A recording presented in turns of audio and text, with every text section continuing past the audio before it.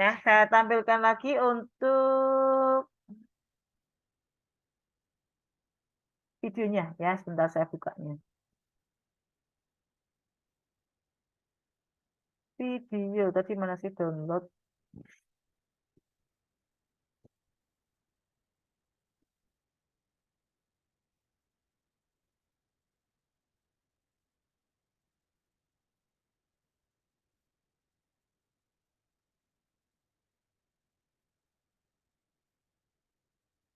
Share song video saya ini.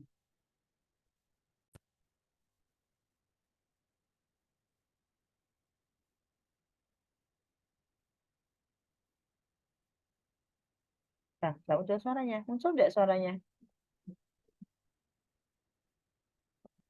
Muncul nggak ya?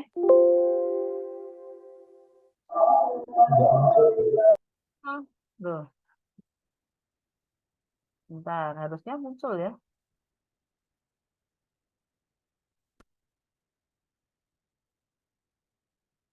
Padahal sudah saya klik share sound loh.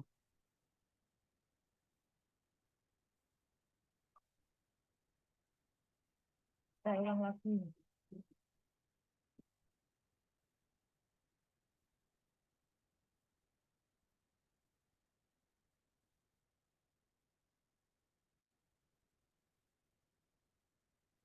Siapapun yang memiliki ponsel pintar bisa menjadi fotografer. Ya, keluarin ponsel pintarnya lalu bisa foto. Di era digital,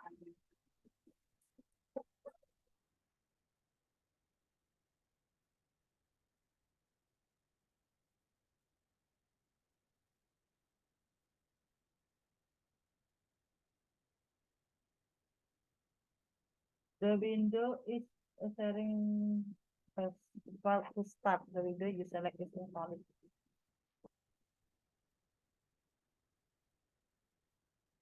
Bentar, bentar.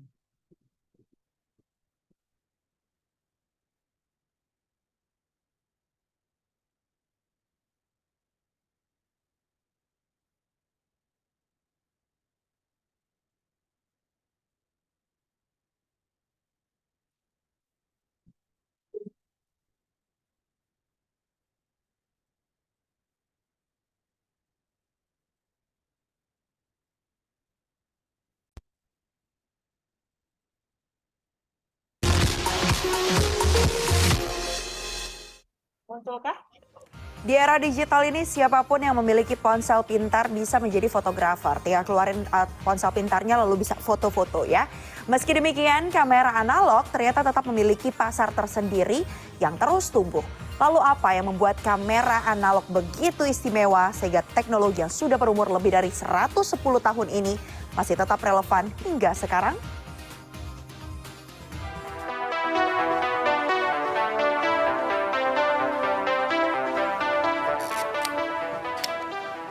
Dengan kemajuan teknologi saat ini, mengabadikan momen dalam bentuk foto tidak pernah semudah saat ini.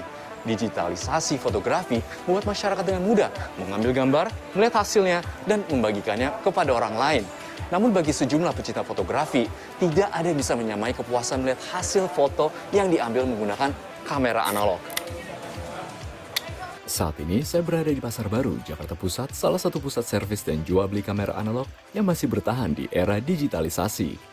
Di sini saya bertemu dengan Red Ginting, legenda kamera analog Pasar Baru yang setia menekuni bisnis kamera analog sejak 35 tahun yang lalu. Di usianya yang ke-73, Pak Ginting masih sibuk melayani pengunjung, termasuk yang datang hanya untuk sekedar mencari tahu. Kamera analog adalah kamera yang masih menggunakan pita film untuk menangkap gambar. Teknologi ini pertama kali dipatenkan pada 1908. Pak Ginting menjelaskan, cahaya dari gambar yang kita rekam pertama-tama akan masuk ke dalam lensa. Di dalam lensa tersebut, besar kecilnya cahaya yang masuk kemudian diatur diafragma. Cahaya ini kemudian menuju ke shutter yang mengatur seberapa lama dan singkat cahaya akan mengenai film. Adapun film terbuat dari lembaran tipis transparan yang pada salah satu sisinya dilapisi emulsi gelatin yang mengandung kristal halida perak mikroskopis sensitif cahaya. Jadi kalau habis kita foto 36 kali kan di sini ada nomornya. Kalau udah sampai 36 kali ini digulung ini nih, tekan play-nya ini digulung filmnya ke tempat semula. Nah, gulung terus sampai los udah baru buka. Jangan langsung buka belum kegulung, hasilnya kebakar semua baru buka. Nah, gitu. Ambil filmnya tinggal cetak, gitu aja cuman. Saatnya kita membeli film 35 mm. Ada beragam jenis film yang bisa digunakan. Film hitam putih, berwarna, dan film slide dengan kepekaan terhadap cahaya yang dikenal dengan istilah ISO atau ASA yang beragam. Tentu harganya beragam juga. Kalau film sendiri kisaran harganya berapa sih Bu? Kira-kira yang dari paling murah, paling mahal? Oh, kalau yang dari itu sih, kalau kalau ini yang color, kalau yang color ya dari 150 sampai 170 aja. Itu yang ASA 200 ya. ASA 400 lebih mahal lagi. Lebih mahal lagi? Bisa 200.000. Bisa 200 ribuan ya? Iya. Yang paling mahal? Paling mahal bisa 250 yang profesional. Yang profesional ya? Iya. Wow. Oke. Bisa minta satu Bu ya, yang ini Enggak, ya? silahkan. Sekarang saatnya hunting.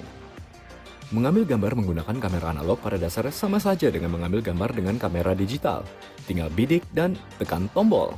Namun yang membedakannya adalah hasil foto tidak bisa langsung dilihat. Hal inilah yang menuntut ketelitian atau kepekaan lebih saat mengambil sebuah foto menggunakan kamera analog.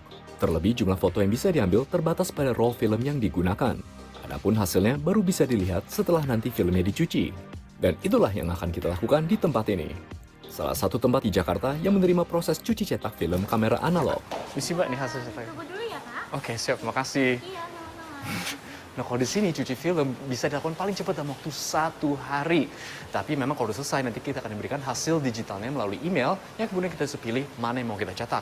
Tapi kalau saya tidak mau lihat hasil digitalnya dan mau minta dicetak semua supaya lebih seru nanti pas begitu pertama kali lihat. Proses cuci cetak film berwarna dilakukan menggunakan mesin khusus dengan harga Rp85.000 untuk satu roll dengan layanan ekspres 24 jam. Jika ingin mencuci film hitam putih, proses ini bisa berlangsung lebih lama, yakni 5 hari karena harus dilakukan secara manual. Meski proses cuci film tidak bisa dilakukan sekejap, peminat fotografi analog yang semakin banyak membuat tempat cuci cetak film seperti ini bisa bertahan bahkan tumbuh di era digital. Fotografi analog diminati karena hasilnya berbeda dengan fotografi digital. Kualitasnya beda dengan digital. Sampai sekarang kamera digital belum ada yang bisa ngalahin kamera-kamera analog yang emang beneran bagus ya. Untuk hasil aku masih suka pakai analog sih, karena di luar hasilnya nggak keduga, juga lebih kayak nggak ada yang punya nih gitu.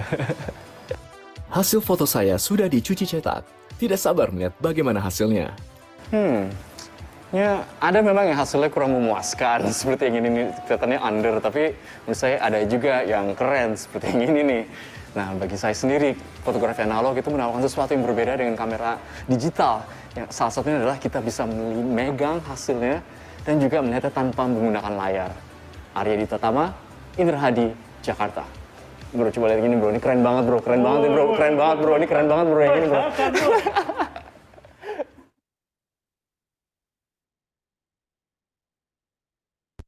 Oke, itu tadi ya untuk video dari kamera analog ya. Kita lanjutkan untuk materi.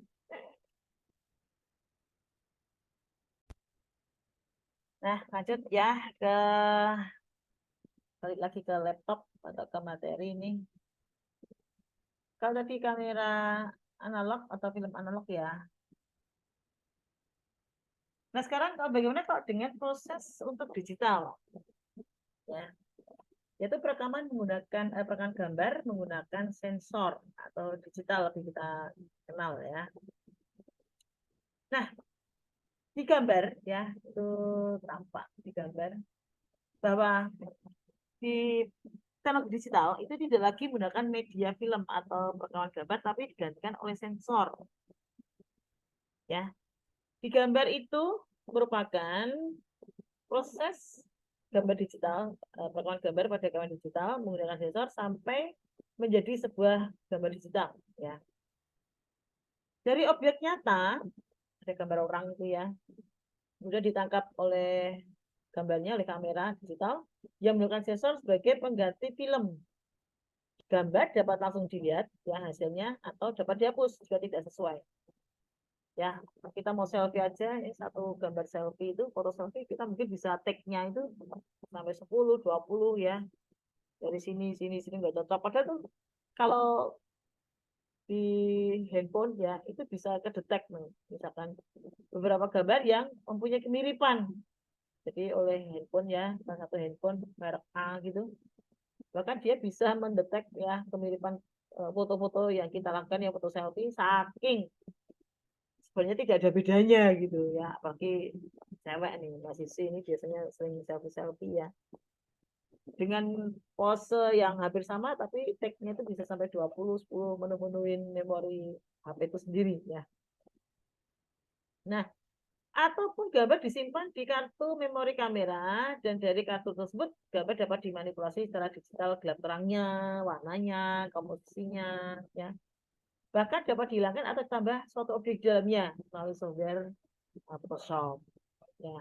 Misalkan background kita nih tadinya kosongan gitu ya, kurang bagus, kita ganti dengan pemandangan, diedit ya, gambar kita di crop, diambil gitu, terus dijadikan satu, selesai ya, wah kita seolah lagi berada di Bali misalkan ya, dengan latar belakang ya, ganti kita edit, ganti ada kurangnya gitu, wah ini pasti kita di Bali padahal cukup di Semarang.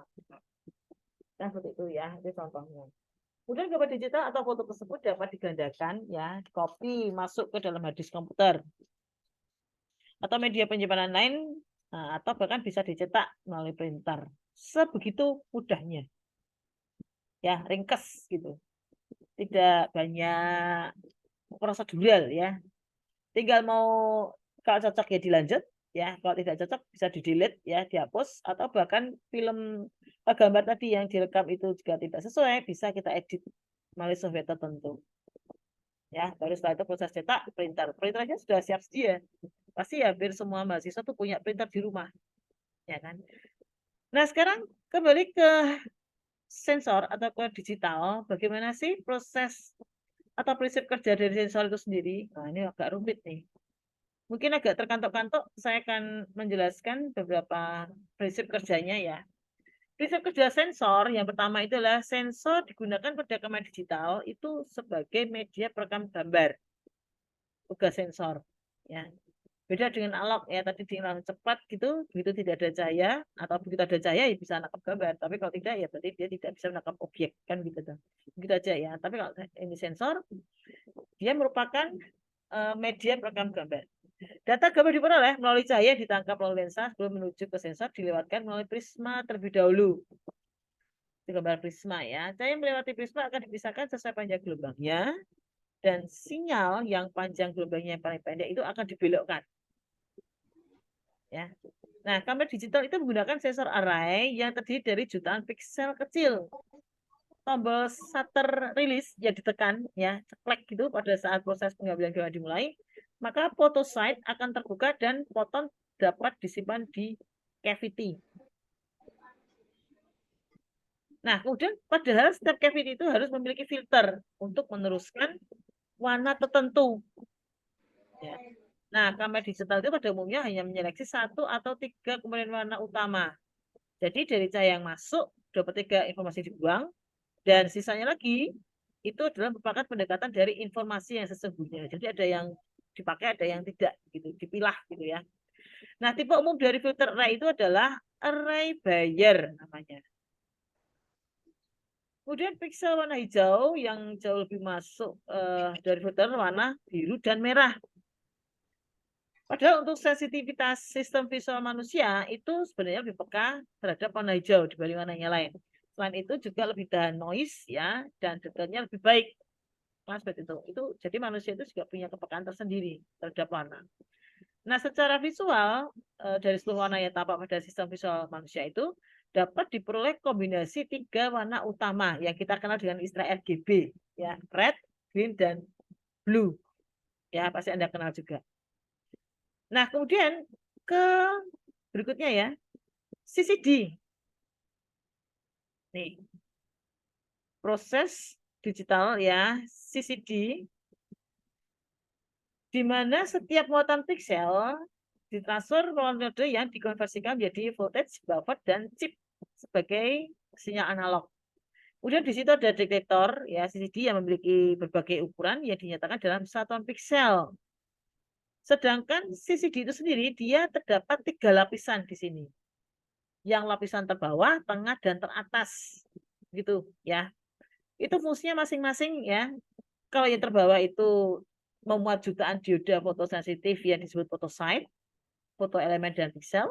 Kemudian yang lapisan tengah itu adalah lapisan filter yang berwarna ya, dan fungsinya dia itu menentukan warna pada setiap photosite. Kemudian lapisan teratas dia merupakan lensa-lensa mikro atau micro lenses ya yang mengumpulkan cahaya pada setiap photosite-nya. Nih ya, ada 3 lapis. Nah, kemudian yang ketiga, CMOS. Nah, CMOS ini umumnya dibuat untuk prosesor komputer dan memori. Proses pembuatannya sama, tapi CMOS itu dibuat dengan biaya hanya sepertiga dari CCD, lebih murah ya. Karena CMOS itu memiliki processing circuit yang menyatu dalam chipnya, sedangkan pada CCD itu terpisah. Masalah awal dari CMOS itu sendiri adalah adanya noise, terutama bila saat digunakan untuk kamera yang harganya agak murah ya atau kelas bawah begitu. Beda kalau kameranya mahal ya, beda lagi. Tapi sekarang sensor CMOS itu dapat menghasilkan kualitas gambar yang sebanding dengan CCD dan sudah digunakan pada kamera-kamera profesional. Nah, sekarang perbandingannya ya antara CCD dan CMOS ya, ada kekurangannya ataupun ada kelebihannya. Sensor CCD ya, kelebihannya itu yang pertama adalah matang secara teknologi. Kemudian sensitivitas tinggi termasuk dynamic range ya, di mana setiap piksel itu punya kinerja yang sama. Tapi di balik kelebihannya itu dia juga punya kekurangan. Yaitu apa? Karena desain sistem keseluruhan itu CCD plus analog to digital converter atau ADC yang jadi lebih rumit dan boros daya. Sayangnya ya CCD itu. Kemudian kecepatan proses keseluruhan lebih lambat dibanding CMOS. Sensitif terhadap smearing atau blooming ya, atau kebocoran filter saat menangkap cahaya terang. Ya, dia bisa bocor warnanya, warna lain itu bisa masuk. Efek blooming pada smearing pada CCD akibat adanya bagiannya terlalu terang dan bocor ke area lainnya sehingga membentuk garis lurus. Ya, ada kebocoran. Efek ini pun terlihat di layar LCD saat preview. Nah, kemudian sensor CMOS atau CMOS ya, itu lebih praktis di mana keping sensor yang di situ ya sudah termasuk rangkaian dari ADC. Dia hemat daya berkat integrasi sistem. Kemudian di situ ada kecepatan proses responsif berkat parallel readout structure ya. Dan pada setiap pikselnya punya transistor sendiri sehingga terhindar dari masalah smearing atau blooming. Tuh ya. Nah, kekurangannya apa? Proses pematangan teknologi yaitu untuk menyamai kualitas CCD itu perlu biaya besar ya. Jadi dia harus untuk bisa sama dengan CMOS CCD ya, dia dongkraknya itu terlalu mahal. Kemudian piksel dengan transistor di dalamnya menurunkan sensitivitas piksel karena pada area penerima cahaya itu jadi berkurang. Piksel itu sendiri ya yang mampu mengeluarkan tegangan sendiri kurang baik dalam hal keseragaman kinerja atau uniformity. Yang keempat, efek partial exposure pada CMOS itu atau SMOS karena objek yang difoto mengalami perubahan intensitas cahaya. Kurang lebihnya seperti itu ya. Nah, ini sekarang ke perbedaan yang sesungguhnya ya antara analog dan digital. Analog itu sifatnya continuous ya. Di sini kalau digital adalah discrete. Kemudian kalau analog itu susah diamati, kalau yang digital itu mudah diamati. Analog itu merupakan teknologi lama ya, produk teknologi lama, sedangkan digital itu adalah produk teknologi sekarang ya atau baru atau modern. Analog itu susah digandakan. Makanya tadi di video ya, banyak profesional atau fotografer itu dia lebih menyukai analog karena tidak ada duanya. Ya. Tapi kalau digital itu dengan mudahnya digandakan. Kemudian analog, gamut atau ring warna lebih kaya. Ya, sedangkan gamut sesuai kebutuhan di bawah analog. Transfer susah karena analog ya, nggak usah transfer. Dia disimpan itu aja kalau fotonya tidak kena air ya, atau terlalu disimpan itu juga bisa menjamur ya, Kak. Makanya sebelum terjadi hal yang tidak diinginkan, yang tadi ya hasil kamera analog itu bisa disimpan terus dipantau ya, dilihat lagi, dibersihkan gitu kan. Nah, kalau digital itu wah jelas tinggal transfer aja selesai ya. Oke, itu mungkin yang kurang lebihnya ya terkait dengan analog dan digital ya, kamera. Tinggal Anda itu suka yang mana ini?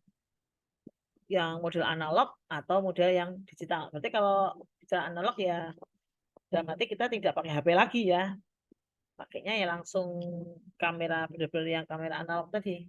Tapi kalau kita lebih cenderung ke digital, HP kita juga bisa kita gunakan ya. Selain itu untuk foto, bisa untuk sebagai alat scan ya, macam-macam tuh sekarang fungsi HP itu komplit ya. Layar lebar. Kalau dulu ya HP itu cuma satu garis, cuma bisa buat ngetik SMS. Tapi perkembangan sekarang kan HP itu bisa untuk kirim foto, kirim gambar, kirim video, ya. Nah itu sangat efektif ya. Tidak perlu lama lagi pakai proses cetak. Tadi di video tadi ya, bahkan untuk menunggu proses cetak aja paling cepat itu 1 hari. Itu yang berwarna ya. Kalau yang hitam putih itu bisa sampai 5 hari jadi, bayangkan. Ya, belum lagi kalau mahasiswa biasanya kejar tayang nih, deadline ya. Oh, belum lagi cetak foto. Ya itu yang terjadi pada mahasiswa dulu ya. Jadi kita perlu manage waktu ya, mana yang didahulukan. Begitu kita sudah survei, foto sudah kita dapat, nah itu segera dicetak. Karena cetak itu ternyata butuh waktu, nggak asal jadi ditunggu sejam jadi itu nggak bisa ya. Jadi paling cepat itu sehari baru jadi.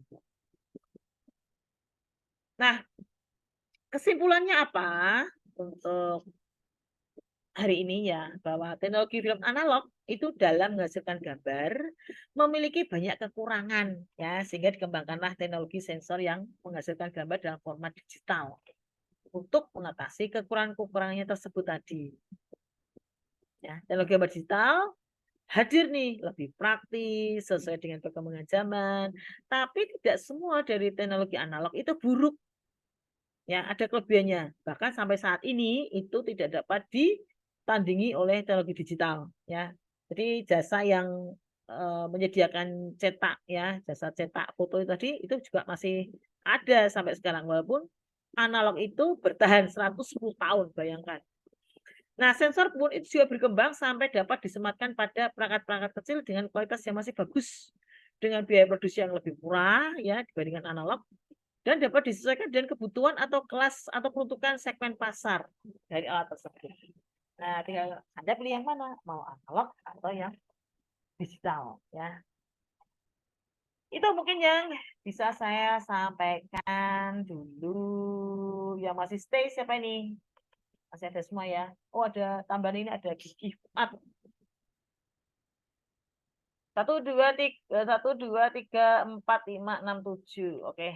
Begitu mungkin yang bisa saya sampaikan terkait dengan film analog dan digital ya. Nah, setelah ini saya konversikan dulu untuk rekaman Zoom-nya ya. Mungkin setelah UTS seperti janji saya di awal, saya akan libatkan ada seorang praktisi ya. Kebetulan beliaunya ini adalah bekerja di proyek ya, proyek bangunan. Nah, seberapa jauh mana ya bahwa gambar digital itu bisa dipakai ya untuk menunjang pekerjaan, gitu ya, gambar digital ya. Jadi kalau dulu kan gambarnya manual, gambar benar-benar digambar itu pakai penggaris ya, kalau salah dihapus pakai setip atau dikerik ya kalau pakai kertas kalkir ya. Nah sekarang dengan kemajuan gambar teknologi ya, teknologi gambar digital ini, semua serba digital, kita bisa pakai software entah itu CAD, entah itu SketchUp, dan nanti tinggal di print. Nah nanti lebih lengkapnya seperti apa nanti akan kita undang ya beliaunya Zoom untuk biar bisa bercerita ya. Lebih tepatnya itu sharing pengalaman ya Begitu ya, itu yang mungkin bisa saya sampaikan untuk perkuliahan malam ini. Mungkin ada yang ditanyakan terkait materi. Bagus Fisabili ya, Michael, Maslino, Intan, Tarik, Luciana, Gigi, Agil Negro. Oke, kalau tidak ada pertanyaan ya. Terima kasih sekali lagi atas kehadirannya di Zoom. Ya, kita ketemu lagi minggu depan. Tiap hari, apa ini? Rabu ya. Rabu. Saya tuh kalau begitu masuk Rabu, Kamis, Jumat itu cepat sekali nih. Tahu-tahu weekend Sabtu ya, tahu-tahu Minggu lagi. Tapi Senin lagi ya. Semoga Anda selalu sehat selalu ya. Bagi yang sambil kerja ya, jangan lupa untuk bagi waktu antara kuliah dan pekerjaan ya, supaya tidak keteter salah satunya, supaya imbang ya, semuanya bisa jalan kan harapannya begitu. Ya kerja, ya kuliah kan gitu. Karena kalau saya dengar itu kan biasanya pengalaman saya kalau yang kelas malam ini kan rata-rata pagi harinya itu ada pekerjaan lain ya. Jadi tidak hanya kuliah tapi dia juga ada pekerjaan yang menuntut disiplin juga. Ya enggak? Kalau tidak kerja tidak gajian ya. Oke, sukses selalu ya buat Anda. Kalau yang buat yang wirausaha, yang swasta begitu, usaha sendiri ya semoga laris ya. Semoga orderannya jalan terus. Ada loh mahasiswa kita ya, tapi udah lulus sih. Dia buka ini apa ini kayak sekarang ya minuman kekinian itu loh. Ramenya minta ampun. Saya sudah sempat disuruh mampir ya, mampir ke tempat jualannya. Semarang juga ya. Nah itulah bahwa bukti kreativitas anak grafis itu sudah merambah kemana-mana ini ya. Jadi memang untuk anak grafis ya, khususnya di kafe ya, itu banyak sekali ilmu-ilmu yang bisa diterapkan nanti di pekerjaan Anda, di praktek kenyataannya di besoknya ya, di kemudian hari. Dari fotografi, dari videografi, dari apa ini membuat desain rumah dan lain-lain, banyak sekali animasi ya. Oke, semoga ilmu itu semuanya bermanfaat. Dan untuk program hari ini ya, nanti saya bikinkan untuk link absen di YouTube-nya. Silakan nanti Anda jangan lupa absen sampai jam 23.59. Oke, see you. Ketemu lagi minggu depan. Dah.